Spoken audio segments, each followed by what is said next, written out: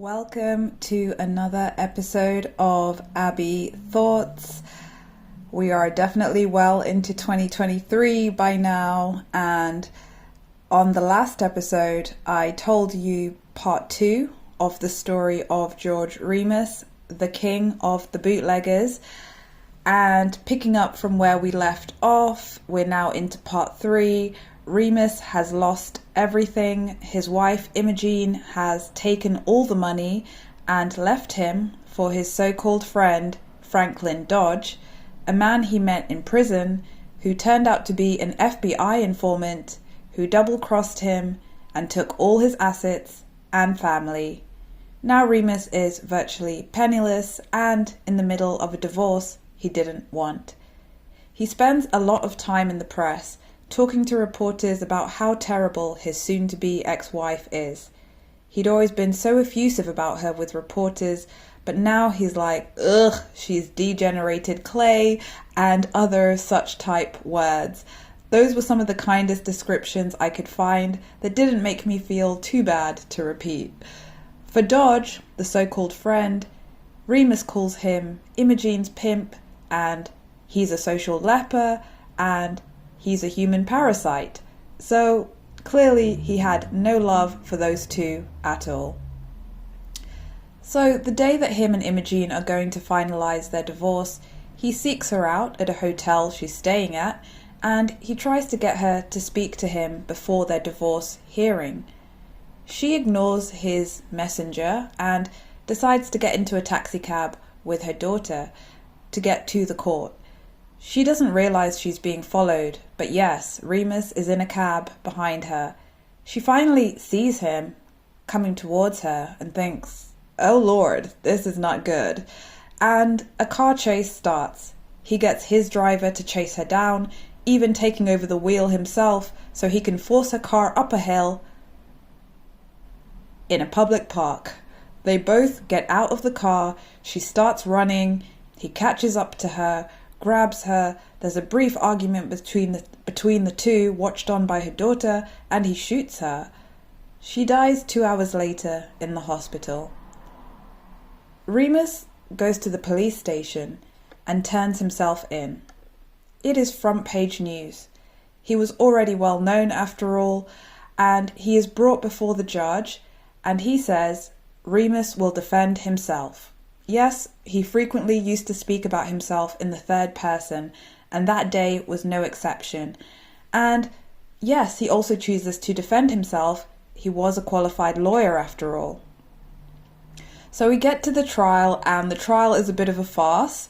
It lasts nearly 6 weeks, and it is covered by every major newspaper in America. Hundreds of people from across the country stand in line all day, every day at the courthouse, hoping that they'll get to be admitted to watch the trial. So it is grand theatre, it's grand cinema, and Remus is there in the middle of it defending himself. Well, the jury ends up being quite sympathetic towards his defence, and he is able to get off with a not guilty after claiming temporary insanity, a defence that he himself pretty much came up with and originated some years ago. So he is sent to an insane asylum. After all, he was supposedly a bit insane, but he manages to only stay there for 7 months, and he gets to leave once he is declared sane. Remus then tries to get back to bootlegging, but by that point the market's moved on and he finds that there's too much competition. He happens to become an informal tutor to a well-known Cincinnati lawyer, William Foster Hopkins, for 6 years, and he pretty much lives a fairly quiet life after all the things that happened previously. He does get married for a third time, and he passes away in his 70s after having a stroke. The strange thing is, there is actually quite a bit more to this story of Remus, more details that I simply left out because it would all have been a bit too much to try and condense into a strict outline, and I'm only trying to talk about kind of what he was doing in the 1920s, which is the period that really fascinated me. But if you did get very stuck in with this Remus character, there are 2 good books you may want to check out. So there's The Bourbon King The Life and Crimes of George Remus by Bob Batchelor, and there's a really well-researched, really well-put-together book called The Ghosts of Eden Park by Karen Abbott. So if you are even a little bit curious what people in the 1920s were like, then do check out those two books. Or you can even find Remus as one of the characters in Boardwalk Empire. That's a series that came out about 10 years ago, but it's still really well respected and really well known for exposing and showing what Prohibition life was like. But yeah, there you have it. George Remus, a real greasy character, a fascinating story, a fascinating time in history. I hope you got something from it. Do listen to my episode 9 if you want a bit more background on Prohibition and what was going on in the culture around Remus at the time.